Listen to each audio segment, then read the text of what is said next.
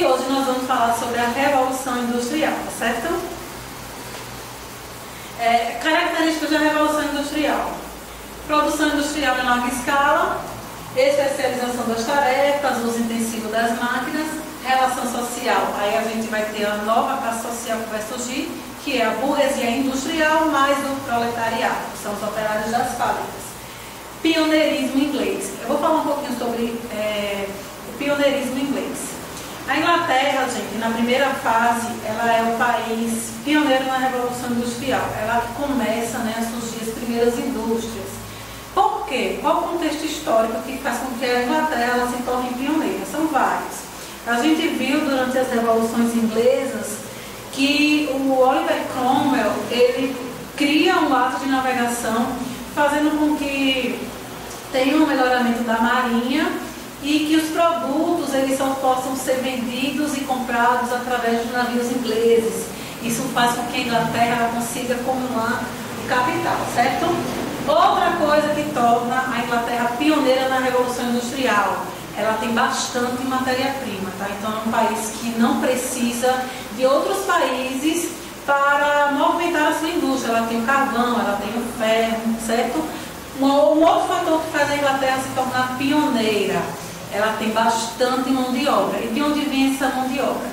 Bem antes, gente, durante o reinado da Rainha Elizabeth I, certo?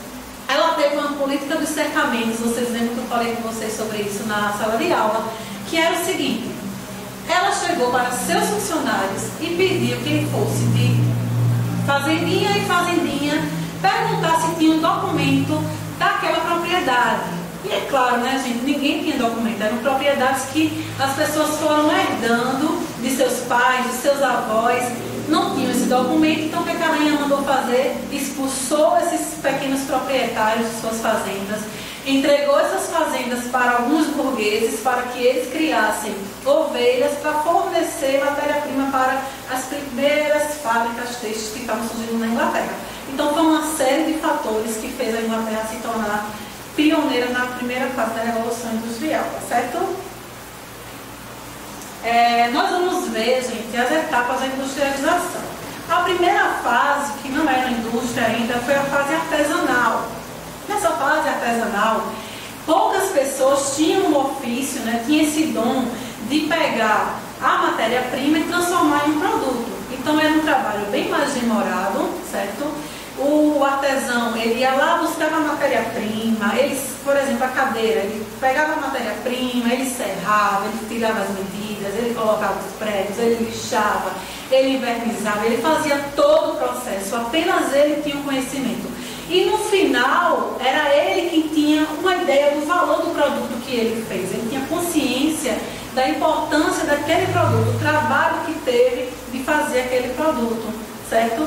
Então, isso fazia com que ele fosse mais valorizado, o produto ele era um pouquinho mais caro e também ele era bem mais demorado, levava dias para se fazer apenas um objeto. A próxima etapa são as manufaturas. O que foi isso?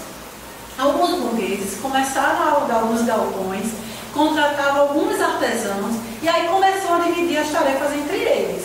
Um tirava a medida, o outro ia cortando lá o couro, Cada um ia fazendo uma etapa do processo, ainda sem utilização de máquinas, certo? Isso fez com que já começasse a dar início ao processo da Revolução, porque começou a haver uma divisão de trabalho e começou a haver um aumento de produção também. Mas aí nós vamos agora para a parte principal, que foi a parte da maquinofatura, foi a parte mecanizada. Foi nesse processo, gente, que transformou a sociedade. A gente pode dizer que em toda a sociedade humana, todo o histórico da humanidade, nós tivemos duas grandes revoluções. A primeira foi a Revolução Neolítica, quando o homem ele descobre a praticar a agricultura, a criar animais, isso muda radicalmente a sociedade. E a segunda transformação, gente, que acontece na sociedade, que tem um grande impacto, é essa transformação da Revolução Industrial, onde nós vamos ter o uso das máquinas, onde o burguês, industrial, o dono da fábrica, ele vai contratar várias pessoas. Essas pessoas vão cada um fazer apenas uma etapa do trabalho. Um faz o corte, o outro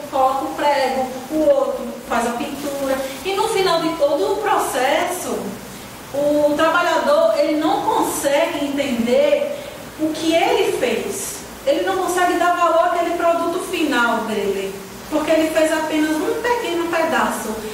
O dono da fábrica, ele não estava interessado nisso aqui do trabalhador. Não era no conhecimento do trabalhador, ele só queria a força do trabalho desse operário, tá certo? Então isso foi a grande mudança. O que é que mudou também com a Revolução Industrial, gente? O que é que mudou? A paisagem da Inglaterra, ela se transformou totalmente, né? Nós vamos ter várias estradas de ferrovias, máquinas a vapor, traçando todo o país, poluição, né, do ambiente, poluição do ar, poluição da água. E uma outra grande mudança, gente, que aconteceu foi o seguinte: vocês imaginem que esses trabalhadores, eles passavam cerca de 16 a 18 horas por dia nessas fábricas. Se esse trabalhador, se ele morasse longe, ele ia ter que acordar bem mais cedo, né, para fazer o trajeto, chegar lá na fábrica, e chegando lá na fábrica ele ia passar 18 horas, ia voltar, não ia ter nem tomar um banho para dormir. Ele já ia cochilar, no dia seguinte ele já estava acordando. Então o que é que acontece? Muitos trabalhadores, eles resolvem morar perto das fábricas.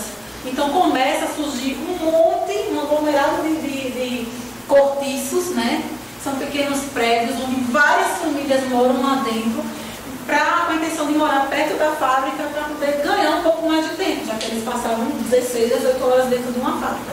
Então isso fez com que as ruas da Inglaterra ficassem com esgoto a céu aberto, amontoado de gente no meio da rua, lixo jogado para tudo quanto é lado, muitos cortiços, poluição dos rios, poluição do ar. Então essa é uma série de transformações que a Revolução Industrial trouxe. Aqui é um exemplo de uma máquina de fiar, né? Que as principais indústrias que surgiram na Inglaterra de início foram as indústrias têxteis. Aqui são mulheres, né? A gente está vendo a grande quantidade de mulheres trabalhando, gente, nessas indústrias. E vocês sabem por que eles preferiam empregar mulheres e crianças nessa indústria? Eu vou explicar agora, gente. Acontece o seguinte: até hoje nós temos esse problema da diferenciação salarial entre homens e mulheres. Apesar de estar na nossa lei dizendo que isso é ilegal, ainda existem empresas que pagam menos a uma mulher do que ao homem para fazer o mesmo serviço.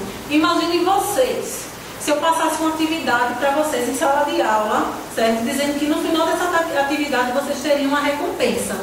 E quando fosse no final da atividade, por exemplo, se a recompensa fosse chocolate, todo mundo teve o trabalho de fazer a atividade, chegou no final, todo mundo me entregou, fez tudo certinho, e eu pegasse e desse uma barra de chocolate para cada menino, e pegasse apenas uma barrinha dessa, dividisse essa barrinha pedacinho por pedacinho para distribuir para as meninas.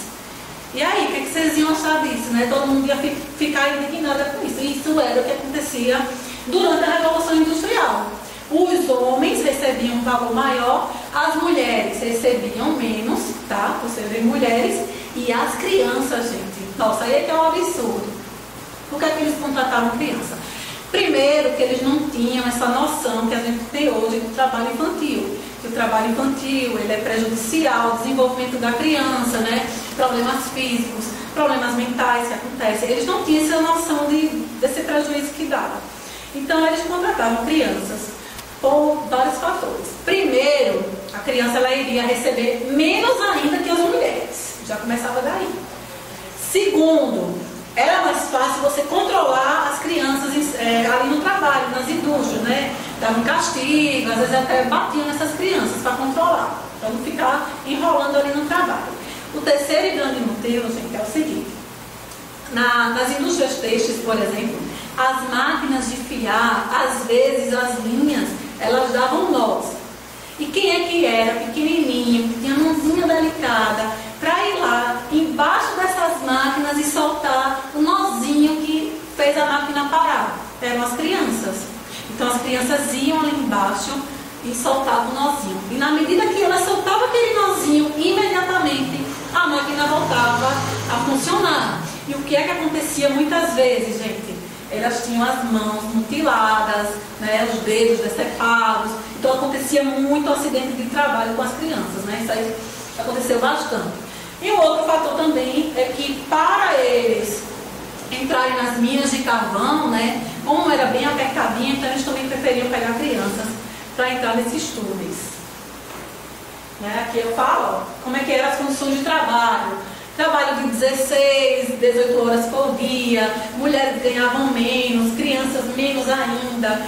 Os locais, gente, as fábricas elas eram escuras, quente, né, insalubre, então eram péssimas as condições desses trabalhadores. Sem falar que mesmo o homem ele recebendo mais que a mulher, o salário era uma mixaria, não dava para nada, era apenas para comer e pronto.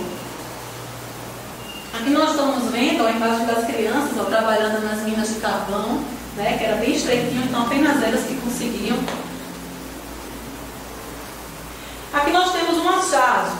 O trabalhador vai chegar para o dono da fábrica e vai dizer que ele não dorme direito, não come direito, que está fraco, está doente, onde é que ele vai arranjar força para trabalhar. E aí o burguês, né, ele chega para esse trabalhador e fala, não precisa, já temos alguém aqui que não precisa dormir, não precisa comer, que são quem? São as máquinas.